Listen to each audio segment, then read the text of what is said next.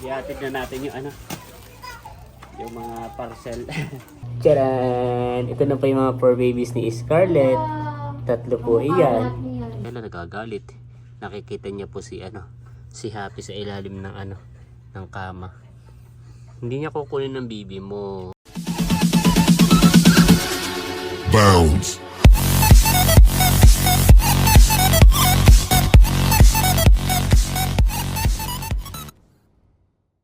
Kamusta mga kayami? Isang masaya at isang masarap na vlog na naman ang pagsasaluhan natin. For today's episode ay kagigising lang po natin. Pero tapos na po tayo magkape. So kagabi nga po ay umiyok. So kagabi nga po ay nanganak na po si Scarlett kahapon. At habang nanganganak siya ay nagtatatak po si Papa din ng mga t-shirt. Ayan, hindi na po na isama sa vlog dahil priority po nating i-vlog yung panganganak ni Scarlett. So kahapon po pinick up ko po ito sa school ng Katmon at natapos na po natin itong tatakan. So ngayon naman po ay nag-book na si Papa din ng ng Lalamove at i-deliver na po ito sa one-way supplements sa may Roshan Gym sa may Gagalangin Tondo. At update lamang po kay Scarlett. Ulitin natin. Yan. So pasensya na po sa kwarto makalat. Pinasok po muna namin yung kulungan niya, yung ihian niya po tsaka dumihan. Kasi parang hindi na po siya labas ng labas. At binabantayan niya nga po talaga yung mga baby niya. Ayan o. Natutulog Ayan. Naiyak. Naarangit. Binabantayan niya po. Pag lumalabas po, pag pumapasok po si Happy ay nagagalit po si Scarlett. Ayaw niya nalalapitan ng iba yung yung kanyang mga babies. Galing yun. Ilabas po muna natin yung ating cabinet. Yan para po mas maluwag po sa kwarto.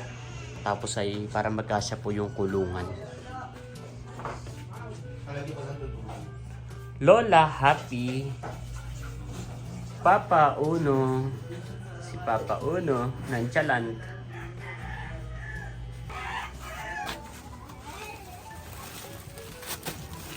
Ihatid na natin yung yung mga parcel.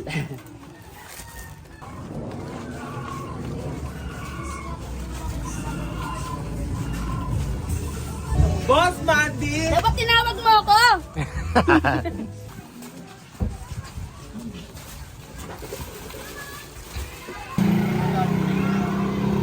Ayun mga kayami, naihatid na po natin yung mga deliveries natin. Yung mga orders po na apparel at sinasakay na po ni Papa D. So dalawang malaking plastic po ito. So hindi ko alam kung ano naging usapan nila. Bali kapag sa mga ganyang motorcycle kasi medyo mas mahirap po. Pero napakagaan lang naman po niyan kasi mga eco bag lang naman po. Halos wala pang 5 kilo yata yan, parang mga ganun. Or nasa 5 lang, mga nasa 5 kilo lang din naman. Kaya nga lang po ay medyo bulky. Kaya pag sa mga ganyan pong transaction ay nag-a-additional na lang po. Yun. Kasi kapag sa mga 4 wheels naman po ay sobrang mahal. Halos wala na po kaming tutubuin kapag ipapa 4 wheels po natin. Dahil maliit lang naman po yung tubo namin sa eco bag. Dati kasi ini-e-bike natin yan. Gamit yung kay Kuya Ronnie na e-bike tapos binabayaran na lang po natin si Kuya Ronnie.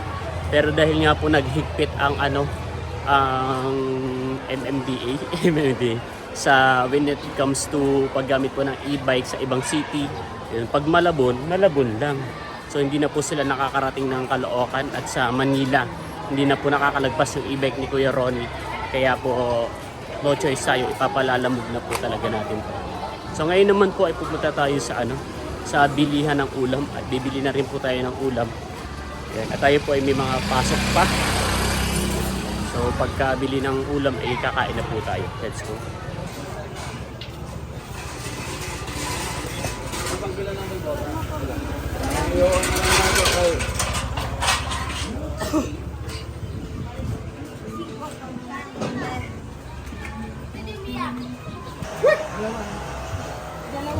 Donut na.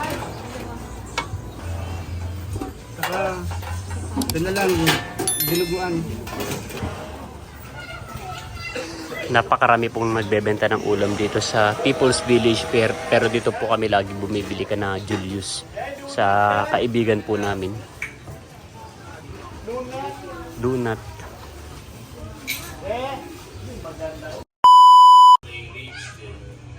Napakarami pong pintura sa ano sa sahig. Parang hindi pa tayo makakapagpalit na agad ng ano. Kumakain na po si Scarlett. Ang bilis niya kumain eh. Dalawa kasi nasa isip niya. Baka pasukin ng pusa yung anak niya sa loob ng kwarto. Ala, inagawa na si Happy. Paano kasi ayaw kumain? Ikaw ba ang mama? Ikaw ba ang nanganak? Ikaw ang ayaw kumain? Wala na, tinira ni Scarlett. Kakainin mo na lang yung tira ha. Ba't ayaw kumain ng Happy? Kumakain na rin po yung mga pusa natin. Joshua. Yan. Maigi po at malakas kumain ngayon si Scarlett para makabawi po siya ng lakas. At kahapon po ay hirap na hirap panganganak. Yan. So, pagkakain niya po ay papasok lang po yan sa loob ng kwarto at babantayan niya lang po yung kanyang mga baby maghapon. Pasensya na po sa sahig. Bali, baka next week po ay magpalit na po tayo ng sahig at kinulang po tayo sa oras.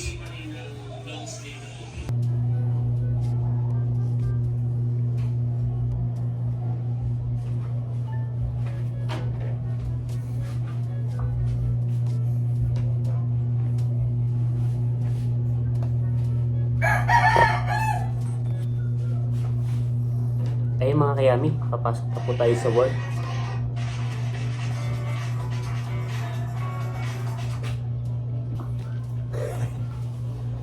Tcharan! Ito na po yung mga poor babies ni Scarlett. Tatlo po iyan. Kamukha po ni Uno. Ito po isa ay black. Black na black po. Yan. Na may black and white. Yan. Ito po yung bunso. Tapos ito po yung pangalawa. Mas malaki po siya. You know, ang laki niya po. So, brown naman po. Brown, black, at may konting black. Tapos ito po yung panganay. Pinakamaliit. Yan, konti lang po yung kulay puti niya sa konti lang po yung kulay puti niya sa katawan. Ay, konti lang po yung kulay itim niya sa katawan. Tapos ay may konting black. Tapos ay karamihan po ay brown. Ayan po. Yan. So, halos lahat po ay kamukha nung papa nila na si Uno. Dahil may paltak po sa mukha. Yun. So wala pa po silang mga pangalan. Baka po may mga suggestion po kayo na pangalan sa ating mga baby. Yan. Papasok na si daddy. Balik na kayo kay mama. Nagagalit. Balik na kayo kay mama. Nagagalit na si Scarlett. Didi. Tara na. Balik na doon. Balik na rito. Papasok na po tayo mga kayami at si Ate Teresa na po magbabantay sa mga poor babies natin na nasa kwarto. Kaya lagi mo lang sasara dito. May nakakawit dito sa ilalim. Kasi yung mga pusa kasi kayang pumasok dito sa kwarto natutulak po niya ng ganun. Tapos sa silip-silipin mo lang kasi minsan nadadaganan niya yung yung mga baby, hindi niya nararamdaman. Nakadagan na siya. Yung dalawa pinapadede, yung isa nasa likuran. Oo. Isa kasi hindi niya namamalaya, basta alam niya may dumidede, okay na yun. Minsan yung isa nandun na sa nadadaga na niya nasa likuran. Pakibantay na lang, silip-silipin mo na lang. Ayan mga kayami, nandito na po tayo sa work sa Robinsons Malabon. At lumabas po tayo ng mall dahil may sisilipin po tayo na extra storage. Let's go.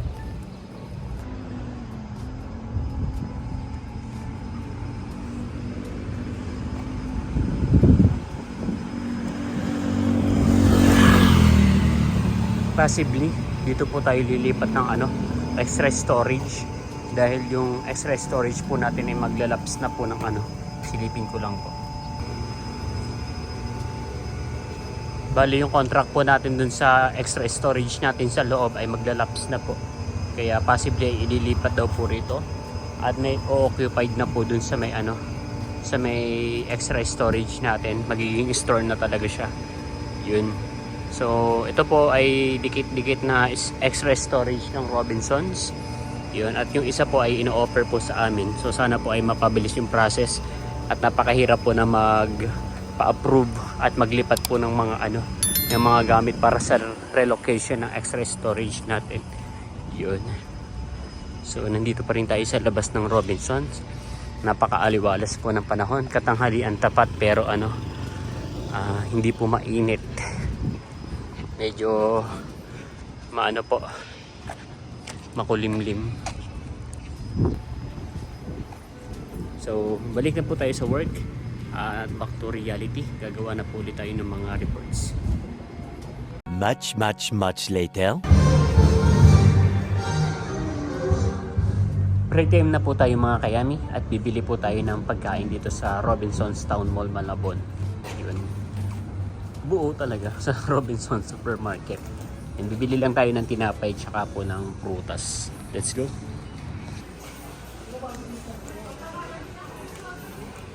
Bibili po tayo ng munggo bread. Parang parehas lang pero mas mahal po ito. Tapos mas maliit. Pero sa tingin ko po ay mas masarap tong Marby. Kaya ito na lang po yung kukunin natin.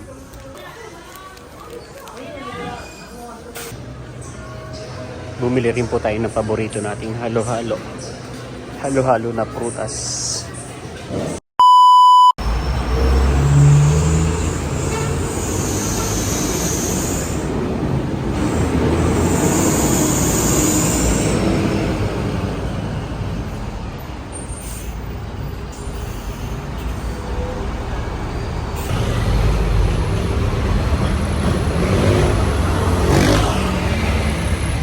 Out na po tayo sa work mga kayami. At punong-puno na naman po ng truck dito sa Governor Pascual Street dito sa Katmon, Malabon. Okay. So uwi na po tayo at namimiss na po natin ang ating mga bibi, mga wala pang pangalan. Nakauwi na po tayo mga kayami at dumidede na po ang mga bibi ni Scarlett.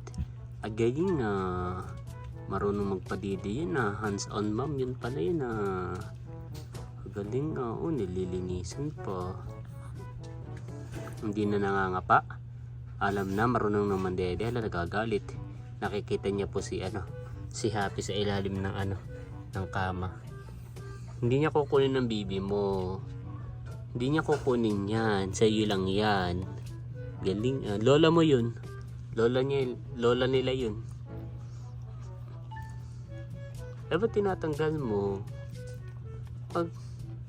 Wala na, tanggal na sa pagkakadede.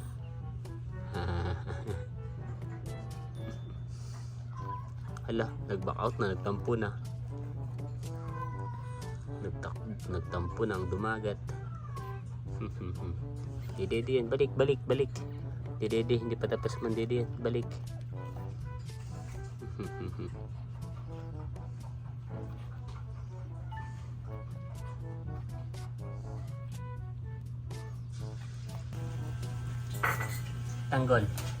Tanggol. Uy, kinakausap ka. Simula ngayon, Joshua, bawal nang pumasok sa kwarto ha. Baka akala nyo may daga doon. Ito tayong mga yon. Jungkook, are you listening? Mga pusa, bawal na sa kwarto. Nangkain na ba yung Daddy Uno na yan? Ha? Nangkain na ba yung Daddy Uno na yan? Okay. Nagluluto na lang po si Papa din ng pancit canton tsaka po pritong itlog. At tayo po ay kakain ng mga kayami. Oh, magaling na. Ang bait ng baho. Kailan ka uling naligo? Di pala rin kung chat ito ninyo.